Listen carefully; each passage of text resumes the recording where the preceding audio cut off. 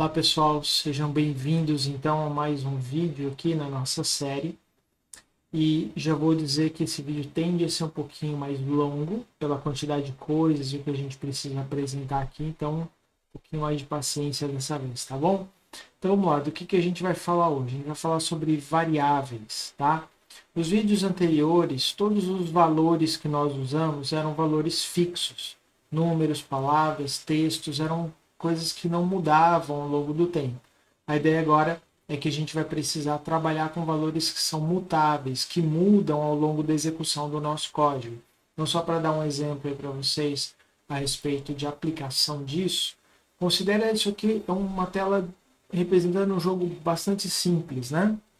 Então, nós teríamos aqui dois jogadores, uma barra aqui representando a raquete do jogador à esquerda, uma outra representando o jogador do lado direito, uma bolinha que eles estão jogando um para o outro aí, e em cima nós temos a pontuação, ok? Então, olhando isso daqui, quais são os valores que precisam mudar ao longo do tempo? Bom, o primeiro valor imediato que a gente vai observar são os valores de pontuação. À medida que cada jogador pontua, esse número ele tem que mudar. Inicialmente começa em 0, depois ele vai ser 1, 2, 3, etc. Né? Aqui no caso dessa imagem, um jogador está marcando 8 pontos e o outro está marcando aí 1 ponto, tá certo? Então, veja que ao longo do tempo isso aqui foi alterando. E não só isso, né? Porque, por exemplo, a posição na tela em que eu desenho a raquete aí de cada jogador também muda a posição no eixo que eles estão. A bolinha aqui, a mesma coisa. Que posição da tela que ela está. Então, esses valores todos são mutáveis, eles mudam ao longo da execução do nosso código, tá bem? Então, como é que a gente faz para tratar isso daí? Então, entra aí o conceito das variáveis. E o que é uma variável? Vamos entender da seguinte maneira. Uma variável nada mais é que uma área na memória, um espaço na memória, para eu poder manipular esses dados, tá bom? Então, por exemplo, se você considerar que a memória é esse armário que está sendo desenhado aqui, cada gavetinha desse armário contém informações. Então, eu posso chamar uma gaveta dessa aqui de uma variável, tá bem? Como tem muitas gavetas, eu vou precisar dizer qual é a gaveta que eu estou mexendo, onde é que eu estou colocando essa informação. Então, toda variável que a gente cria dentro do nosso código, ela vai receber um nome, tá? Eu dou um nome como se fosse uma etiqueta que eu colo ali na tampa, né, da gaveta, e toda vez que eu quiser mexer naquela informação, vou me referir àquele nome que eu dei para a variável. Então, o nome nós vamos escolher e vamos falar um pouquinho daqui a próximos instantes aí sobre esse nome. Agora tem uma outra coisa. Se você já programou em linguagem de programação como JavaScript, Python, essas variáveis elas são chamadas fracamente tipadas, enquanto o Java é fortemente tipado. Qual que é a diferença? Uma linguagem que não é tipada significa que eu crio uma gaveta e eu não preciso dizer o que eu vou guardar ali dentro, ou seja, pode ser um número, pode ser um texto, e isso pode mudar ao longo do tempo. Então, de repente, nesta variável eu estou guardando um número e daqui a pouco eu estou guardando um texto. E tudo bem. No caso do Java, isso não acontece. Se eu disser que uma variável ela armazena um número de tipo inteiro, eu não consigo mais mudar isso. E se é para número, eu não posso colocar um texto ali naquele lugar. E o oposto, né? Se é para texto, eu não posso colocar um número. Então, Java vai exigir de nós duas coisas. Primeiro, que nós vamos dar um nome para essa variável. E segundo, nós temos que dizer que tipo de informação será colocada ali naquele lugar. Tá bom? Então, vamos lá. Como é que eu dou um nome para uma variável? Existem algumas regras. Primeiro, eu devo iniciar o nome de uma variável com uma letra. Não pode ser um número, não pode ser um caractere especial, na verdade nem posso usá-lo, né? Ou eu poderia também usar o símbolo de underline, mas isso aqui é uma conversa para um outro momento, a gente por enquanto vai evitar esse símbolo aqui. E depois que eu colocar a primeira letra, aí eu posso colocar número, posso colocar ou uma outra palavra, a gente vai fazer composições também, tá bom? O número só não pode estar na primeira posição. Outra coisa que a gente não pode fazer, eu não posso separar não posso colocar um espaço. Por quê? Ao colocar o espaço, o interpretador, o compilador vai entender que são duas palavras e não um nome. E aí a gente vai ter problema. Então não pode fazer isso. Também não posso colocar nenhum caractere especial no nome, arroba, comercial, etc. Não posso usar, ok? E por último, eu não posso usar nomes que são nomes próprios da linguagem, ou seja, eu não posso usar main, public, class, porque são nomes que são comandos, são palavras reservadas da linguagem. Então, se eu usar, por exemplo, o nome main para dar nome para uma variável, eu vou gerar confusão. Por quê? Porque main, como nós já vimos, é o nome daquele bloco inicial onde o nosso código começa a ser executado. Eu não posso usar essas palavras aí, ok? Então essas são regras. Lembra, a regra eu não posso quebrar, eu preciso obedecer. Agora, além das regras, existem o que a gente chama de boas práticas, tá certo? O que é uma boa prática? É a maneira que eu me comprometo a fazer uma boa codificação, deixar meu código claro, fácil de ser entendido por um outro programador que for ler o meu código depois. Sendo assim, eu poderia chamar uma variável de x? Sim, pelas regras eu posso. Mas x, em geral, não diz muita coisa a respeito do que essa variável armazena, para que ela serve. Imagina, por exemplo, que eu queira guardar o nome de uma pessoa. Então eu posso chamar essa variável de nome, melhor do que x. Se eu quiser guardar a idade de uma pessoa, eu chamo essa variável de idade, melhor do que x, né? É claro, tem algum contexto, se eu estiver trabalhando, por exemplo, com a representação no plano cartesiano x e y, aí ok, faz sentido eu chamar a variável de x, que é o valor naquela posição do eixo, ok? Mas, no geral, eu preciso me preocupar em dar um nome que faça mais sentido, tá bom? Então, vamos ver aqui alguns exemplos. Nomes que eu não consigo usar. Minha variável. O que está acontecendo? Bom, eu tenho um espaço separando isso aqui. Então, são duas palavras e não uma só. Além disso, também estou usando acentuação, que a gente não deve fazer, ok? Variável com um nome envolvendo um símbolo especial, um caractere, não posso usar. Class, palavra reservada da linguagem, também não posso usar. O que eu poderia usar? Em vez de chamar minha variável, eu posso fazer a junção desses dois nomes, eu destaco a segunda palavra com a inicial maiúscula, tá? E sem usar acentuação. Nome cliente, isso aqui é bom, né? Melhor do que minha variável, porque apesar de dizer que é uma variável, eu não sei o que tem lá dentro. Agora, se eu chamo de nome cliente, muito melhor. O que tem dentro desse espaço? O que tem dentro dessa gaveta aqui? O nome de um cliente, tá certo? Então, olha, do ponto de vista de sintaxe, de corretude do que eu estou escrevendo, minha variável é um nome válido. Do ponto de vista de boas práticas, não é uma boa escolha. Por quê? Porque não diz o que tem aqui dentro. É melhor usar, por exemplo, nome cliente. Cliente 1 pode? Pode, porque ele usa um número, mas o número não está na primeira posição. Então, é possível criar dessa maneira. Então, eu poderia ter cliente 1, cliente 2, cliente 3. Isso aqui é viável. Tá bom? Então, isso com relação à primeira parte, que é o nome da variável. A segunda questão agora é que eu preciso escolher ou indicar qual é o tipo de informação que eu vou guardar dentro desse espaço. Para isso, o Java tem uma lista de opções de tipos de dados. Eu trouxe aqui uma listinha que eu quero mostrar para vocês.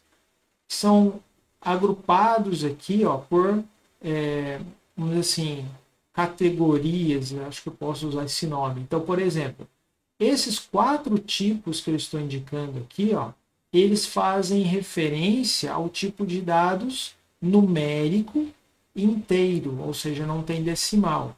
Então, são byte, short, int e long. Todos eles se referem a números inteiros. Qual que é a diferença entre eles? O intervalo ou o tamanho do número que eu consigo guardar dentro daquele espaço. Então, se eu criar uma variável do tipo byte, qual é o intervalo? Eu consigo guardar números que vão de menos 127 até 128 positivo. Se eu colocar short, eu vou aumentar ó, de menos 32.768 a mais 32.768. O int é um intervalo bem maior. E o long é ainda maior do que o inteiro. Eu nem coloquei o valor aqui, que é um número muito grande. Tá bom? Tipos com casa decimal, né, chamados também de ponto flutuante. A gente tem o float e tem o double, ok? O float e o double, ambos servem para números com casa decimal, mas a diferença é que o double tem uma quantidade maior, ok, de casas que eu consigo preencher do que o float. Mas o float também é bastante grande, ok? Aqui a gente tem um exemplo de representação. Outros tipos que não são numéricos, a gente tem o boolean, que guarda valor true ou false, verdadeiro ou falso. Ele só guarda essas duas opções. Ou uma coisa é verdadeira ou ela é falsa.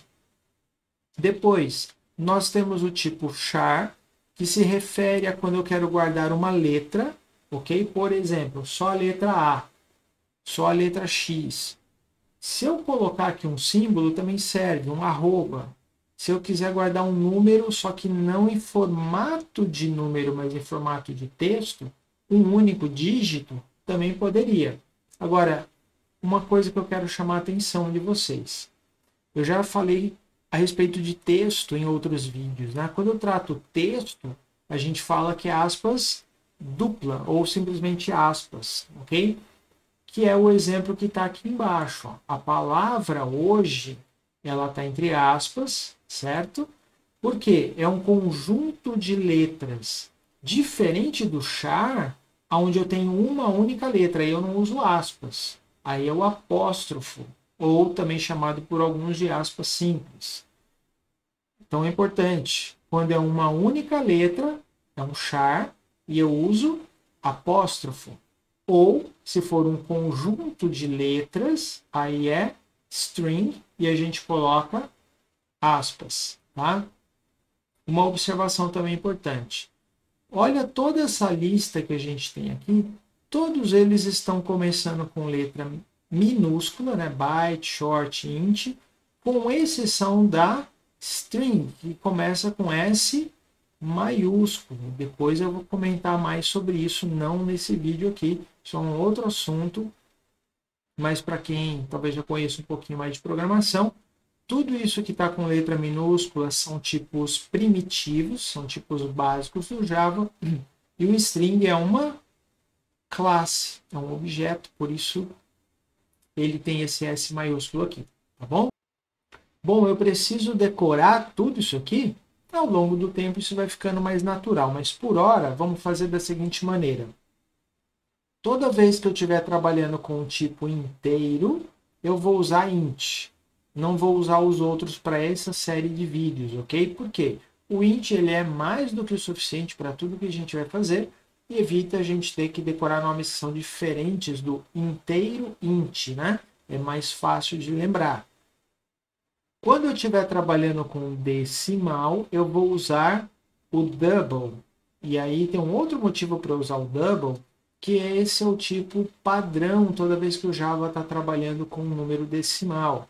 Ok? Posso trabalhar com float, mas aí tem um detalhezinho que eu tenho que ficar colocando uma letra F do lado dos números ali, eu quero evitar esse contratempo. Então eu vou usar double. Então, tipos numéricos que você precisa conhecer. Int para inteiro, double para decimal. Dos outros, aí a gente vai usar bastante boolean e principalmente string. Char, às vezes, vamos ter algum exemplo envolvendo, ok? Mas se você decorar de cara int, double e string, já resolve uma grande parte daquilo que a gente vai trabalhar, tá bem? Só para você ter uma ideia, eu também fiz aqui um pequeno diagrama mostrando o que é que muda, além dessa questão do intervalo, em termos de espaço de armazenamento. Ou seja, se eu usar um byte, basicamente eu uso um byte de armazenamento. Um short são 2 bytes, um int são 4, um long são 8. Então, à medida que eu uso um tipo diferente, eu não apenas estou dizendo que eu vou guardar, mas eu também estou dizendo qual é o tamanho da gaveta que eu preciso, ok? Mesma coisa, que é o float 4, o double 8, o boolean 1, o char 2, porque a gente tem uns caracteres especiais que precisam um pouquinho de mais de espaço. E o string, ele é variável, porque eu posso ter de uma letra até, sei lá, 200, 300, 400, muito mais letras aí. Então, isso depende de quantos caracteres eu tenho dentro do tipo string, tá bom?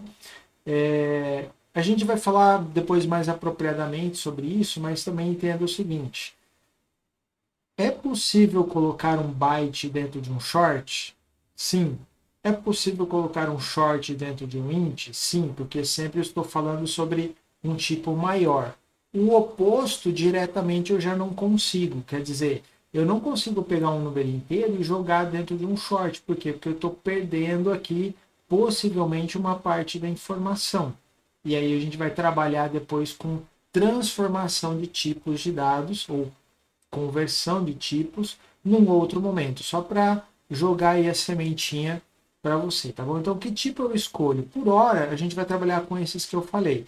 Na prática, no dia a dia, eu preciso ter uma ideia de quanto de armazenamento eu estou usando para, de repente, olhar e falar, puxa, talvez eu esteja desperdiçando muito. É claro que dependendo do contexto, por exemplo, estamos falando aqui dos computadores aí usados atualmente, tem muito espaço, a gente, em geral, não precisa muito se preocupar com isso. Mas se eu estou usando Java para fazer desenvolvimento, por exemplo, para um dispositivo de IoT, né, o famoso dispositivo de internet das coisas, são geralmente dispositivos com capacidade de armazenamento restrito. Aí eu preciso me preocupar um pouquinho mais em usar o tipo mais adequado, ok? De qualquer maneira, eu quero deixar essa dica para você. Quando você estiver escolhendo o tipo de dados, procure sempre escolher o tipo mais adequado para aquela informação. Rapidamente, só uma listinha aqui para a gente concluir essa parte.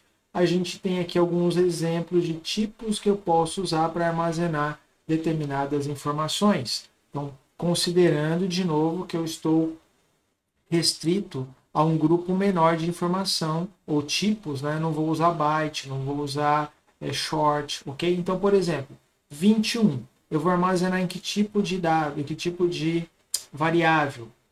Int, bola, ó, tá com aspas, então é uma string. True, o que é aqui? Se você falou boolean, não é, porque eu coloquei aqui de propósito aspas, tudo que está dentro de aspas é string. 0.21, double ou float, eu vou dar preferência para double. False, agora está fora das aspas, então boolean. A, em vez de aspas, tem apóstrofo, então é char. Uma observação aqui, pessoal, na programação, quando a gente está trabalhando com números de casa decimal, a gente não usa vírgula, que é o que a gente está acostumado na matemática, certo? A gente usa ponto, ok? Então esse ponto aqui é uma casa de separação, aqui é um ponto de separação de decimais, tá bom? Como é que a gente usa isso agora? Como é que eu crio, então, uma variável, dando a ela um nome e um tipo de dados? Então isso é feito da seguinte maneira, a sintaxe é: a gente escreve o tipo de informação e na frente o nome, terminando com ponto e vírgula. Se eu quiser colocar diversas variáveis que são do mesmo tipo, eu posso colocar na mesma linha, separando cada uma com vírgula. Então, exemplo, aqui, ó, int número. O que eu estou fazendo aqui? Eu estou criando uma variável chamada número, que é capaz de guardar dentro dela o que? Um valor inteiro. Aqui embaixo, estou criando duas variáveis do tipo double. Uma chama-se nota 1 e a outra nota 2. Cada uma é capaz de armazenar um tipo double, um valor com decimal, ok? E como é que eu coloco valores dentro dessas variáveis? Aí a gente faz o seguinte, ó, o sinal de igual. Não sei se você ainda se recorda, mas quando a gente viu lá no vídeo de operadores relacionais, eu queria comparar uma coisa com a outra, eu falei, ó, temos que usar dois iguais, o igual igual, para ver se um valor é igual ao outro, né? Por que não um igual? Porque um igual, olha o que ele faz. Ele é uma atribuição. O que é atribuição? É guardar alguma coisa dentro de uma variável. Então, aqui nesse caso, ó, eu criei uma variável numérica, certo? E aí eu estou pegando aqui o valor 45 e guardando dentro do número. É assim que a gente escreve. Então, aqui, para representar visualmente para você, nós estamos criando aqui uma gavetinha chamada número. E quando eu faço esse comando, eu estou pegando o valor que está aqui atribuído e colocando dentro desse espaço aqui. Ok? Agora, olha só, quantos valores eu consigo guardar dentro dessa gaveta aqui? Só um. A cada momento, só posso ter um valor lá em cima. Então, se eu pegar um novo valor e jogar dentro desse espaço, dessa variável, que antes tinha o valor 45, o que vai acontecer? Esse 45 vai desaparecer e fica só o novo valor que a gente atribuiu. Sempre fica lá o último valor que a gente colocou dentro dessa variável. Então, só para resumir aqui, vamos fechar assim, ó. O que é uma variável? É um espaço em memória, uma área de memória para eu armazenar as minhas informações. Dentro desse espaço de memória, eu só vou colocar um valor de cada vez, ok? E também nós podemos fazer cópia de valores entre variáveis. E eu vou mostrar isso na prática para vocês na sequência. Porém, esse vídeo aqui ele acabou, como eu falei, ficando um pouquinho mais longo. Então a gente vai encerrar aqui e vamos continuar na parte prática no próximo vídeo, tá bom? A gente se vê lá. Um abraço.